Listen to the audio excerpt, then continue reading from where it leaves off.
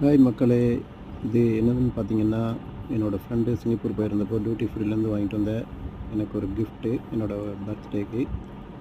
இதில் என்ன இருக்குன்னு தெரியல. ரொம்ப எக்ஸைட்டடாக இருக்குது. என்ன இருக்குன்னு பார்க்கலாமா?